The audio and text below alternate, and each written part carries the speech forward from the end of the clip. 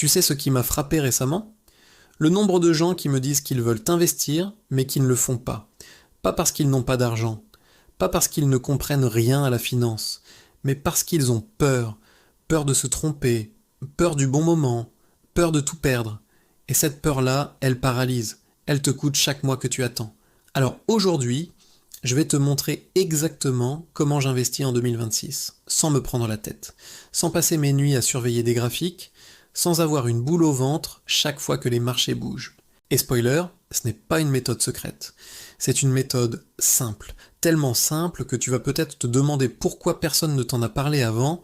Reste avec moi, parce que ce que je vais te dire dans les 3 prochaines minutes pourrait changer ta façon de voir l'argent pour toujours. Commençons par un constat brutal. La plupart des gens qui investissent avec stress font tous la même erreur. Ils essaient de battre le marché. Ils cherchent la bonne action, le bon secteur, le bon moment pour rentrer. Ils regardent les news économiques comme si leur vie en dépendait. Résultat, ils achètent quand tout le monde est euphorique, ils vendent quand tout le monde panique, et ils perdent de l'argent, pas parce qu'ils sont stupides, mais parce qu'ils jouent un jeu qu'ils ne peuvent pas gagner. Les études sont sans appel là-dessus. La quasi-totalité des gérants de fonds actifs professionnels, des gens payés des millions pour choisir les meilleures actions, font moins bien que le marché global sur le long terme. Des professionnels, à plein temps, avec des équipes entières, et ils perdent face à un simple indice. Alors si eux n'y arrivent pas, pourquoi toi tu le ferais en regardant la télévision le soir? Voilà pourquoi ma méthode repose sur un principe fondamental. Arrêtez de vouloir être plus malin que le marché et devenir le marché. Ça s'appelle l'investissement passif. Et si tu n'en as jamais entendu parler, accroche-toi parce que ça va tout changer. L'idée est d'une simplicité presque provocatrice.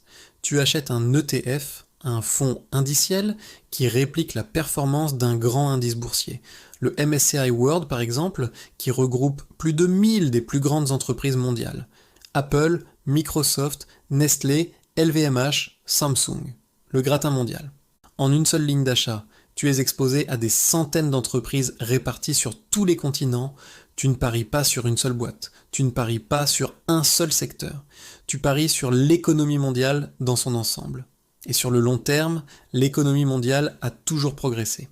Maintenant, le vrai secret de la méthode, celui qui élimine le stress presque complètement, c'est la régularité. On appelle ça le DCA, le Dollar Cost Averaging, ou investissement programmé. Le principe, tu investis la même somme chaque mois, peu importe ce que font les marchés. Peu importe si c'est la panique ou l'euphorie. Tu investis, point. Pourquoi ça marche si bien? Parce que tu arrêtes de te poser la question impossible, est-ce que c'est le bon moment? Cette question n'a pas de réponse, personne ne la connaît. Mais en investissant régulièrement, tu achètes à la fois quand les marchés sont hauts et quand ils sont bas. Et mécaniquement, ton prix d'achat moyen se lisse dans le temps. Quand les marchés chutent de 20%, tu n'as plus peur. Tu te dis, super, j'achète des parts moins chères ce mois-ci. C'est un changement de perspective totale.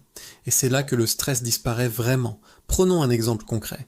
Le S&P 500, qui regroupe les 500 plus grandes entreprises américaines, a traversé plusieurs crises majeures. 2001, 2008 et 2020. À chaque fois, les marchés se sont effondrés et la panique a poussé de nombreux investisseurs à vendre au plus bas, convaincus de ne jamais revenir. Et pourtant, à chaque fois, les marchés ont fini par rebondir, atteignant même des niveaux plus élevés qu'auparavant. Ceux qui avaient tenu, ou mieux ceux qui avaient continué à investir régulièrement pendant ces crises, ont multiplié leur mise. Moi j'ai continué à investir en mars 2020, quand le monde entier croyait que l'économie allait s'effondrer. Je n'avais aucune certitude, personne n'en avait, mais la méthode, elle, ne changeait pas. Et cet achat-là, aujourd'hui, est l'un de mes meilleurs. Mais attends, tu te demandes peut-être comment concrètement mettre ça en place.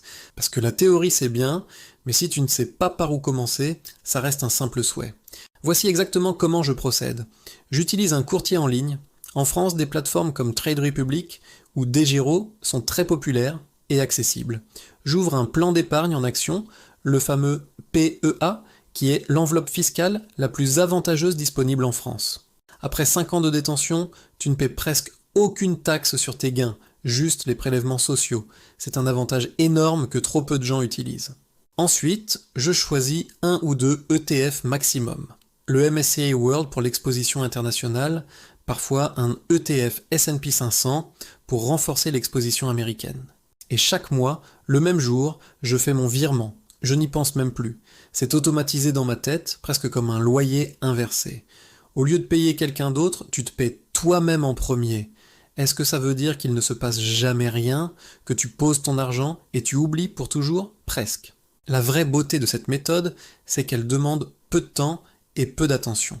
Mais il y a quand même une discipline à maintenir, et c'est la plus difficile. Ne pas toucher à son investissement quand les marchés plongent. Et crois-moi, cette discipline-là, elle est loin d'être naturelle. Quand tu vois ton portefeuille perdre 15% en 2 semaines, ton cerveau fait tout pour te convaincre de vendre. Il te dit que cette fois c'est différent, que ça va encore baisser, que tu devrais attendre. Ton cerveau ment. Il fait exactement ce que les marchés veulent que tu fasses. Paniquer et vendre au mauvais moment. La méthode protège contre toi-même. C'est peut-être sa fonction la plus précieuse. Alors, combien investir? C'est la question que tout le monde pose en premier, et c'est rarement la bonne question pour commencer. Ce n'est pas une question de montant, c'est une question de régularité. Tu peux démarrer avec 50 € par mois. Vraiment. L'important n'est pas le chiffre, c'est de créer l'habitude, de faire entrer l'investissement dans ta routine, comme le sport ou la cuisine. Ce qui compte sur 20 ans, ce n'est pas combien tu investis en un seul mois. C'est combien de mois tu tiens. Les intérêts composés font le reste. Et les intérêts composés, c'est une force qui paraît insignifiante les premières années et qui devient absolument massive avec le temps. Si tu investis 200 € par mois pendant 25 ans avec un rendement moyen de 8% par an, ce qui correspond approximativement à la performance historique des marchés actions sur le long terme, tu te retrouves avec près de 180 000 € pour un investissement total de 60 000 € de ta poche. Les 120 000 restants, c'est le marché qui les a produits pour toi, pendant que tu dormais. Mais est-ce qu'on peut vraiment compter sur 8% par an? C'est la question légitime qui suit. Et la réponse honnête est, personne ne sait exactement ce que les marchés vont faire. Les 8% sont une moyenne historique. L'avenir peut être différent, il peut être meilleur, il peut être pire. Ce que l'histoire nous dit en revanche, c'est que sur des périodes longues, 15, 20, 25 ans, les marchés actions ont systématiquement produit des rendements positifs, malgré toutes les crises, toutes les guerres, toutes les pandémies. Ce n'est pas une garantie, mais c'est la meilleure approximation qu'on ait de ce que l'avenir peut ressembler. Et pour l'investisseur patient, c'est suffisant. On parle souvent de diversification comme d'un mot compliqué réservé aux experts. Mais dans cette méthode, la diversification est intégrée dès le départ. Un ETF MSCI World, c'est déjà plus de 1000 entreprises dans 23 pays développés. Tu ne peux pas faire plus diversifié sans y passer des semaines. C'est l'une des grandes forces de l'investissement passif. La complexité est gérée pour toi dans le produit lui-même. Tu n'as pas besoin de suivre les résultats trimestriels d'Apple, tu n'as pas besoin de savoir si la Réserve fédérale va monter ses taux ou non. Tu n'as pas besoin d'avoir une opinion sur l'économie chinoise. Tout ça est déjà intégré dans le prix de l'ETF, ajusté en permanence par des milliers d'acteurs de marché. Ton seul travail, c'est d'investir régulièrement et de ne pas paniquer. Je veux aussi te parler d'une chose que la plupart des vidéos sur l'investissement ne disent pas. Cette méthode fonctionne, vraiment.